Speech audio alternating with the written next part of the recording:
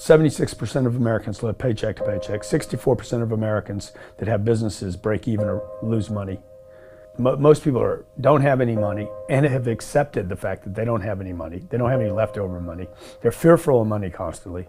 They overspend. They don't know how to produce money. They definitely don't know how to multiply it. The land of the brave and the home of the free, it's not even close to the truth.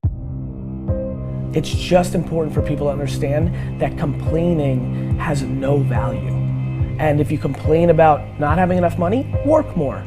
If you complain about not having work-life balance, spend more time on vacationing and your family. It's super simple. Let your actions dictate instead of sitting there and feeling like you're not in control.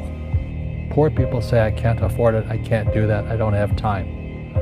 It's an escape, you know what I mean? It's easy to say I can't afford it. Oh, I'm too tired. Oh, I can't go to the gym. You know, when you could go to the gym, but no, I can't. Truth is, I'm just too lazy to go to the gym. Money doesn't have value, right? And this is an important thing that most people don't immediately understand, is that money itself doesn't have value. Money is a vector for transmitting value. It's how you express value. But the value isn't in the money, it's in the product or service you bought with it. And it's in the labor you gave in order to acquire it in the first place. That's where the value comes from. There's nothing intrinsically valuable in the money. You shouldn't put money in a house, you should put money in your brand.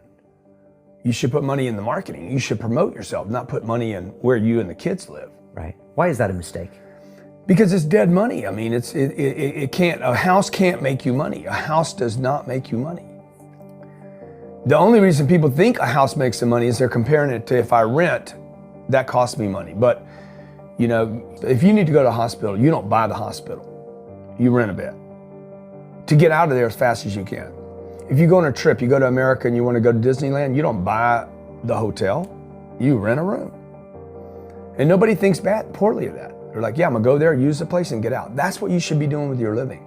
Find a place where you can rent. Pay rent monthly. Don't own the house.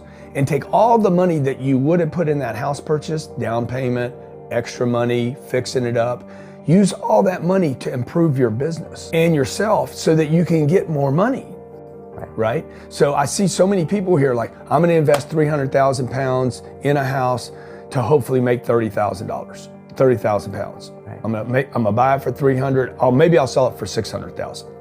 I'll double my money. Fixed in one place, by the way, where no money comes to you. Money does not go to homes. Right, and that's a big thing on your career is moving locations. Yeah, I've moved 5 or 6 times. I can move another 4 or 5 times. Because people who stay in the same place get too comfortable. If you study wealthy people, they're mercurial.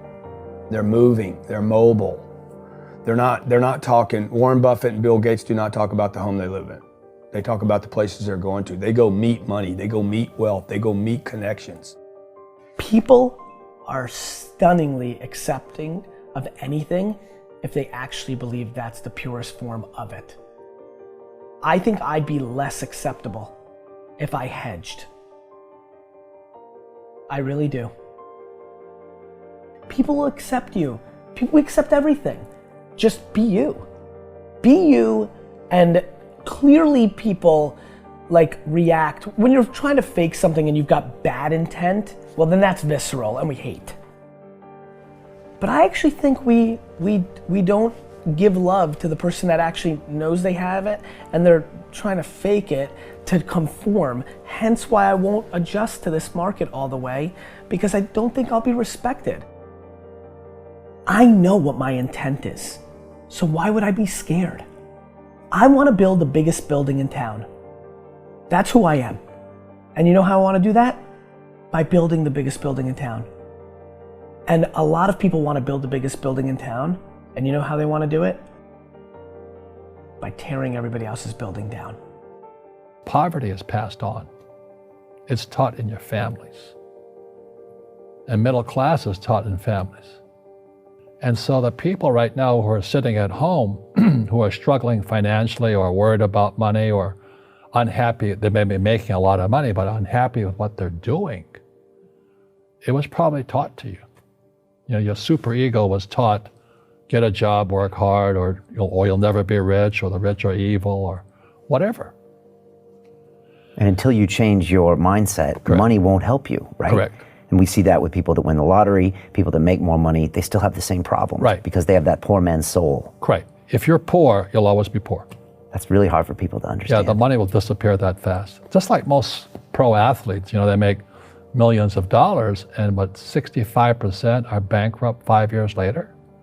It's because they come from poor families. Now you tell them that, they get very angry at you. It's the rich fault. It's you guys ripped me off and government ripped me off. But unfortunately, what Mr. Lipton was saying, it's passed down genetically. That's the frightening thing. And it's interesting when you commit to something, little gifts just start automatically showing up. It's a phenomenal thing. It's happened my whole career. When I fully commit, somebody will bring me something. Okay. And then keep your eyes open. And by the way, the package may come wrapped in a package you weren't thinking about. Hard work. Or like a voice, or like a person, or maybe from a different direction than you thought, or an offering where you're like, you read something about this and that's not the thing. Like all throughout my career, it's come in weird kind of ways. If you ask for help and somebody shows up at the door, maybe invite them in. Okay. Regardless of what the packaging is or what you've heard about it or whatever. That's really been beneficial to me. Okay. How old are you? 44. I'm 40. Do you know how young we feel? When you were 26, did you ever think that this is what 44 felt like? No. You thought that was finished? Yeah. How old are you? Like, you think a 40-year-old, like, when I was 25 years old, I thought a 40-year-old was finished. I don't even feel like I'm starting. Right? Yeah, but when I was 26, I was in a rush. I understand. And all of those guys and girls on the streets last night, when you say that to them, like their face kind of goes blank, because all the stuff they watch, MTV, music videos, it's all about the bling now and the this now and the this now. And MTV's tamed. You start following people on Instagram and it's a disaster. They're all pushing it's all about champagne and private planes and you can get it too and just sign up for my course. And everybody's falling for it. So I'm coming out and first of all, I want to be historically correct. Nobody in 100 years is going to watch that video and say that I was full of crap. I like that.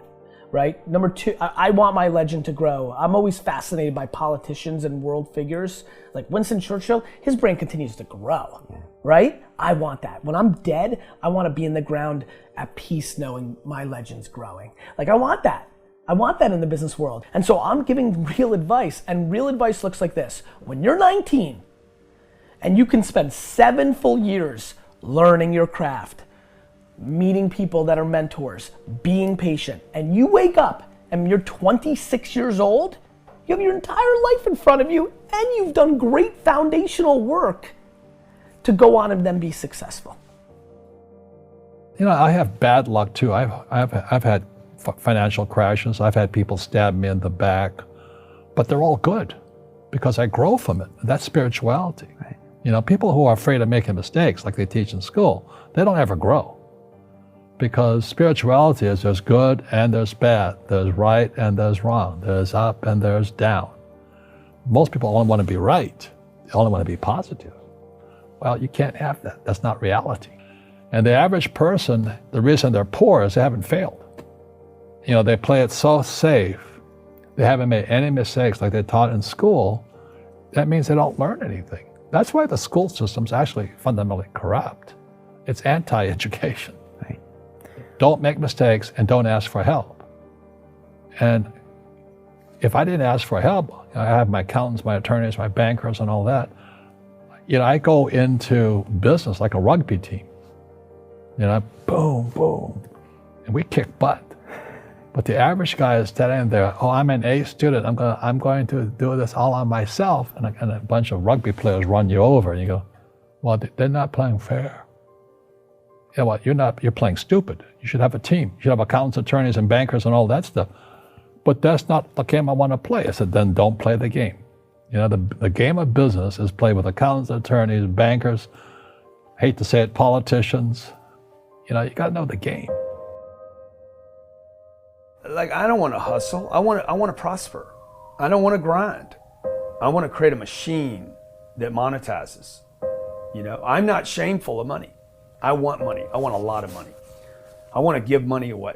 I want to raise a lot of money. And you can't do that if you're broke.